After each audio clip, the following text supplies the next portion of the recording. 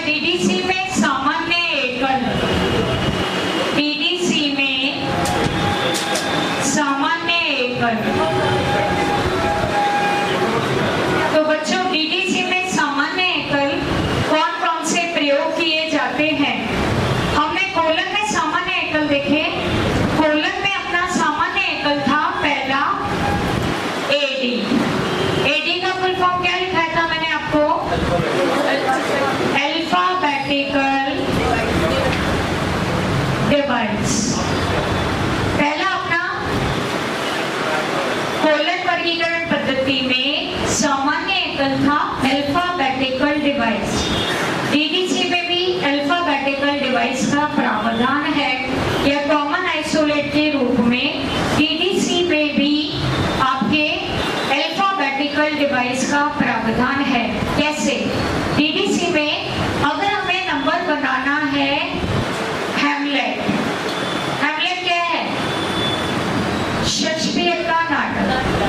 Shakespeare का नाटक का नंबर है, नाटक है हैमलेट या शेक्सपियर का ड्रामा है हैमलेट। शेक्सपियर मेन क्लास मैंने कितनी बताई आपको? 822.33। अब अगर हमें हैमलेट का नंबर बनाना है तो उसमें नंबर दिया है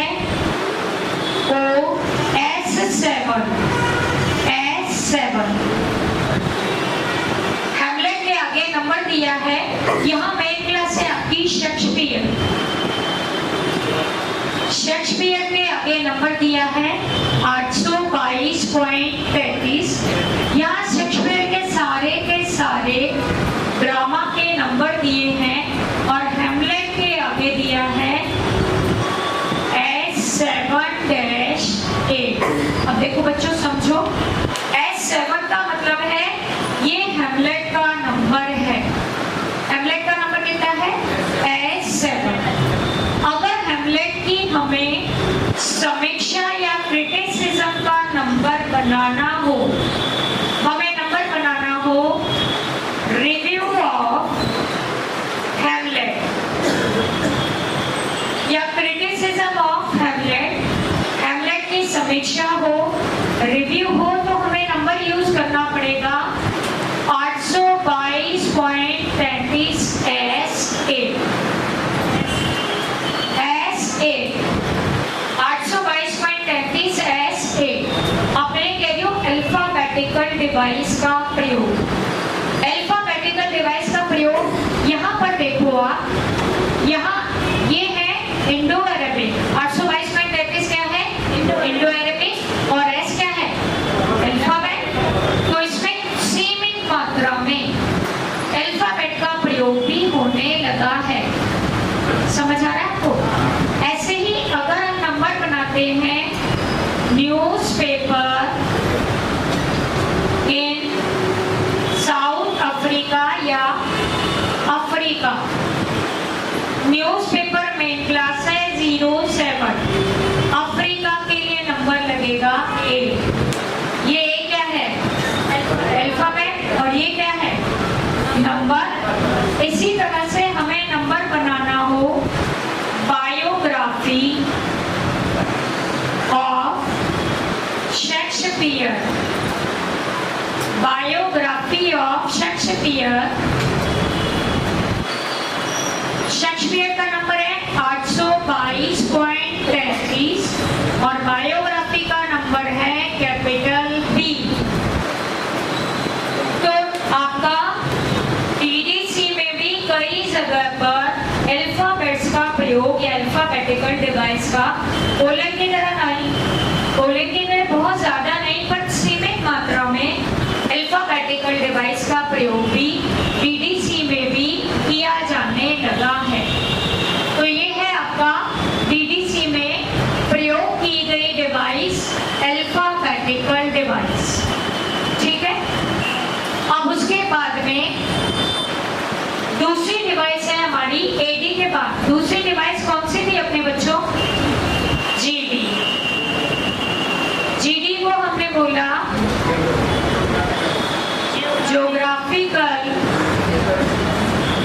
डिवाइस। जीडी है आपका geographical device.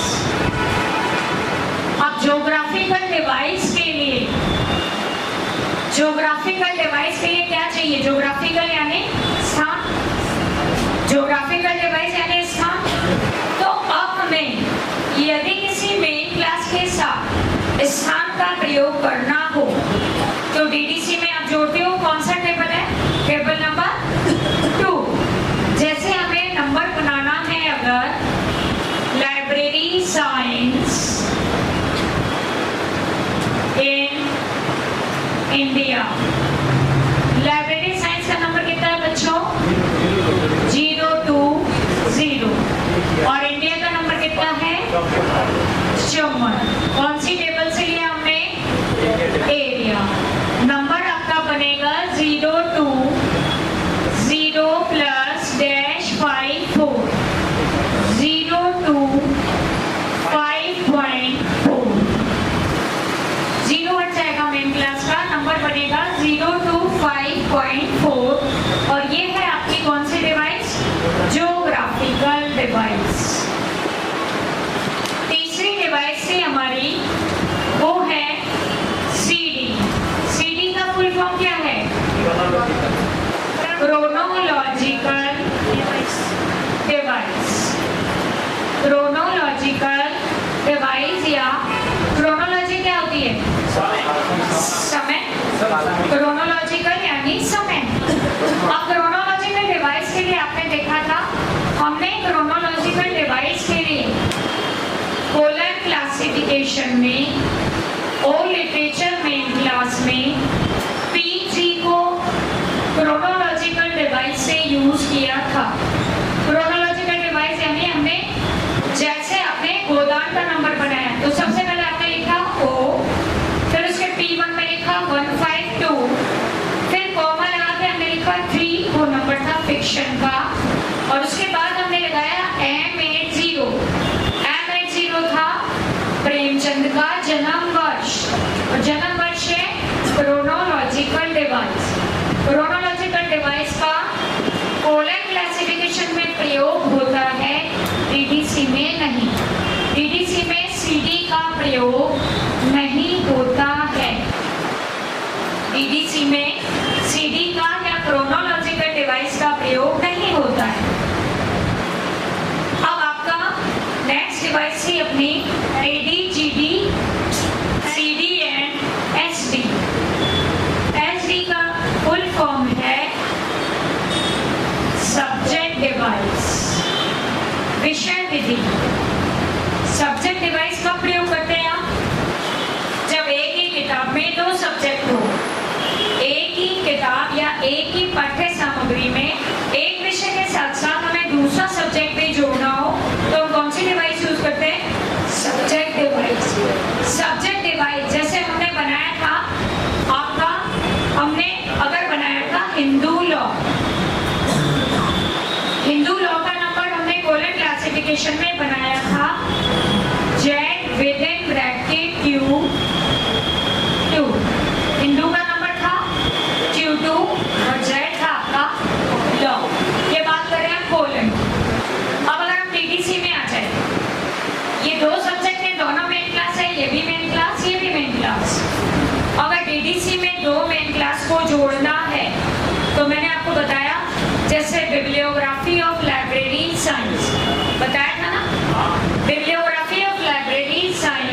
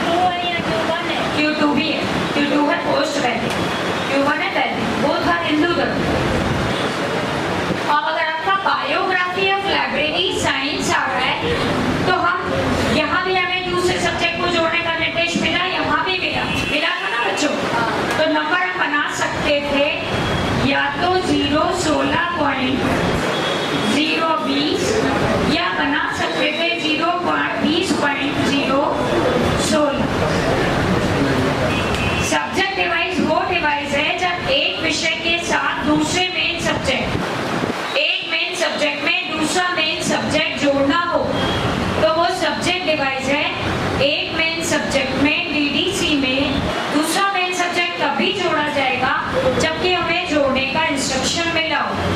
If there is no instruction तो हम उसे नहीं जोड़ सकते। जिस मेन क्लास में दूसरी मेन क्लास को जोड़ने का निर्देश दिया है उसी मेन क्लास में दूसरी मेन क्लास को जोड़ेंगे, वरना नहीं। तो आपका यहाँ हमें दोनों में निर्देश मिला था। और दूसरा हमने एग्जांपल देखा था मेडिकल लाइब्रेरी। मेडिकल लाइब्रेरी में आपको किस में निर्देश मिला था? लाइब्रेरी साइंस में, मेडिकल में नहीं मिला था ना, याद आ रहा? तो मेडिकल लाइब्रेरी में हमें निर्देश मिला था, लाइब्रेरी साइंस में मेडिकल को जोड़ने का निर्देश था, मेडिकल में लाइब्रेरी को जोड़ने का निर्देश नहीं। कारण यह है कि लाइब्रेरी साइंस की मेडिकल वाली किताब को सिर्फ लाइब्रेरी साइंस वाले बच्चे पढ़ेंगे, मेडिकल वाले नहीं। तो ये वाली जो डिवाइस के हमने उदाहरण देखे थे, योजक विधि या है डिवाइस, ये कौन सी डिवाइस थी आपकी? Subject device.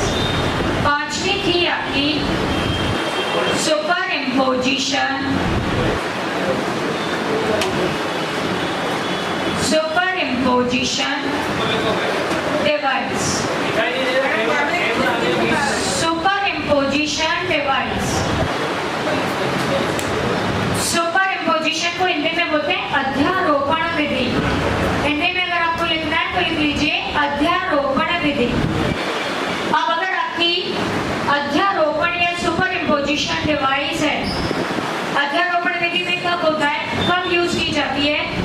कोलन में मैंने बताया था आपको, जब एक ही मेन क्लास के एक ही पक्ष के दो नंबर हो तो हम कौन सी डिवाइस यूज करते हैं? अध्यारोपण विधि। एक ही मेन क्लास के एक ही पक्ष के दो नंबर हो, जैसे मैंने आपको बताया था college and university library. College and university library, college का नंबर था आपका 233, यूनिवर्सिटी का नंबर था 234। हमने नंबर बनाया था 233-234, कॉमन को हटा के नंबर हमने बनाया था 233-4। ये अध्यारोपण विधि किसमें थी? कोलन क्लासिफिकेशन में। डीडीसी में अध्यारोपण विधि का प्रयोग नहीं होता है। डीडीसी में अध्यारोपण विधि का प्रयोग नहीं होता है। नेक्स्ट है आपकी निमोनिक डिवाइस। निमोनिक डिवाइस को हिंदी में क्या बोलते हैं बच्चों? स्मरणशील विधि। निमोनिक डिवाइस या स्मरणशील विधि। स्मरणशील विधि डीडीसी और सीसी दोनों में है ना बच्चों? जैसे डिक्शनरी का नंबर स्मरणशील विधि डीडीसी और सीसी दोनों में। जैसे डिक्शनरी का नंबर कोलन में है स्मॉल के और डीडीसी में नंबर है 03। याद आया? कोलन में डिक्शनरी का नंबर कितना है? स्मॉल के और डीडीसी में नंबर कितना है? 03। अब आप चाहे लॉ की डिक्शनरी बनाओ, लाइब्रेरी साइंस की डिक्शनरी बनाओ, सोशियोलॉजी की डिक्शनरी बनाओ या आप पॉलिटिकल साइंस की डिक्शनरी बनाओ, सबके साथ डिक्शनरी का नंबर क्या जोड़ोगे? के। और के नंबर जोड़ते जोड़ते जोड़ते हमें क्या हो जाएगा? स्मरणशील हो जाएगा। उसी तरह डीडीसी में आप चाहे लॉ की डिक्शनरी बनाओ, मेडिकल साइंस की डिक्शनरी बनाओ, लाइब्रेरी साइंस की बनाओ, पॉलिटिकल साइंस की बनाओ, नंबर क्या जोड़ोगे? 03। समझ रहे हो बच्चों? तो स्मरणशील डिवाइस जैसे यहाँ दिख रहा है आपको, यहाँ दिख रहा है पीछे last row,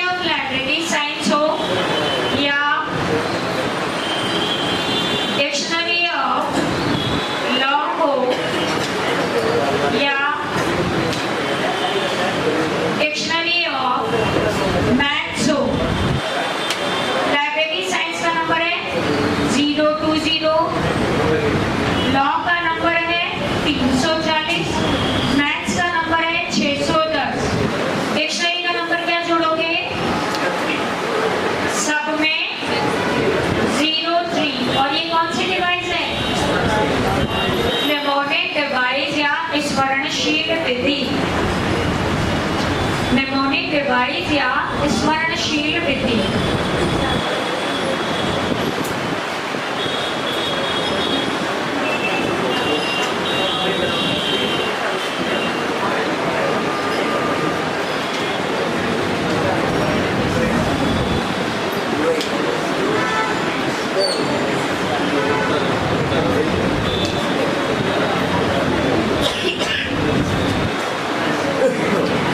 Devices used in DDC या devices in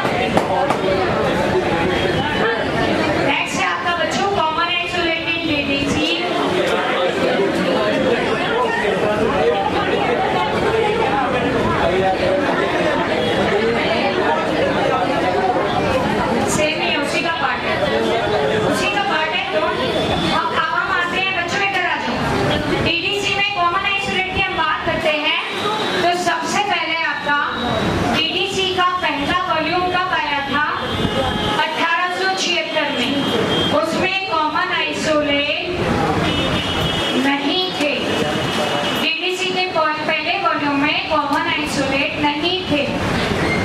2 से लेकर 12 तक कॉमन आइसोलेट का नाम था फॉर्म डिवीजन। 2 से 12 तक फॉर्म डिवीजन। 13 में था कॉमन सब डिवीजन। 14 में था uniform sub division.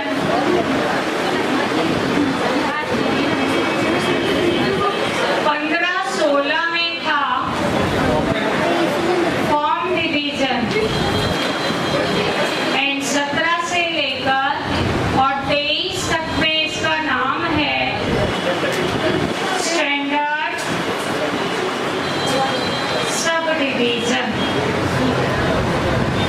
Standard sub division या मानक उप विभाजन। पूछे जाने वाला प्रश्न इसको लिखने से पहले समझ लो। ओम प्रकाश के साथ साथ बाकी सारे बच्चे भी stop writing and listen to me. समझ लो इससे कैसे प्रश्न आता है। इससे प्रश्न आएगा टीडीसी के पहले संस्करण में कॉमन आइसोलेट का प्रयोग किया गया था? नहीं, क्योंकि वो था ही मात्र 44 पेज का, उसमें किसी भी टेबल का प्रयोग नहीं था। 2 से लेकर 12 तक कॉमन आइसोलेट का प्रयोग किया गया और नाम क्या था? Form division. पूछे जाने वाला प्रश्न डीडीसी के 8वें संस्करण में कॉमन आइसोलेट को क्या कहते थे? क्या कहते थे? Form division. 13वें संस्करण में ये है कोई कॉमन आइसोलेट, नाम क्या हो गया इसका? Common sub division. 14वें एडिशन में इसका नाम क्या हो गया? Uniform sub division. 15-16 में इसका नाम क्या हो गया? Form division. और 17 से 23 अभी इसको क्या बोलते हैं? मानक उप विभाजन। अगर आपसे पूछा जाता है कि फॉर्म डिवीजन का कितने एडिशन में प्रयोग किया गया है, बताओ। 2 से 12 और 15 और 16 कितने हुए? 12 हुए कि 13 हुए? दोबारा गिनो। 2 से 12 11 और ये कितने हुए? 11 और 2 13। अगर पूछा जाता है कितनी बार कॉमन आइसोलेट का नाम फॉर्म डिवीजन था, आंसर इज 13 बार। कब कब कौन कौन से एडिशन में इस तरह से प्रश्न आता है कि कॉमन आइसोलेट को डीडीसी में कब क्या कहा गया? अब आप सभी लोग लिखिए, आप कोई फाउंडेशन नहीं है। और प्रकाश तुम भी लिख सकते हो।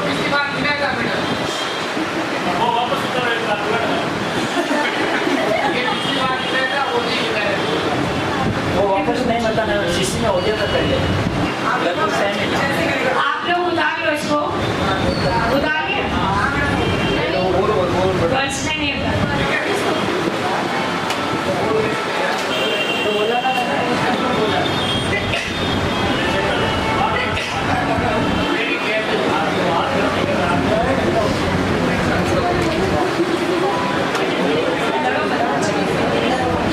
लड़ो भाई।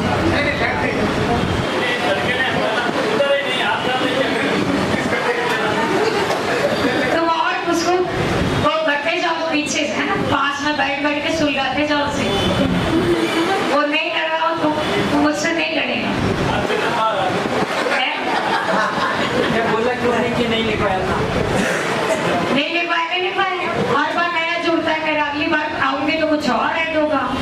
हर बार अपडेट होता है, क्लास चेंज हो जाती है मेरी हर बार, सेम क्लास होती ही नहीं है। तुमसे तो मैं बहुत दिन बाद रूबरू मिलती हूँ। मेरा एक बैच अभी खत्म हुआ है, 15 दिन बाद फिर से कुछ update. In each and every मेरा सेम पैटर्न है ही नहीं, जान के नहीं करके अपने आप हो जाता है। शायद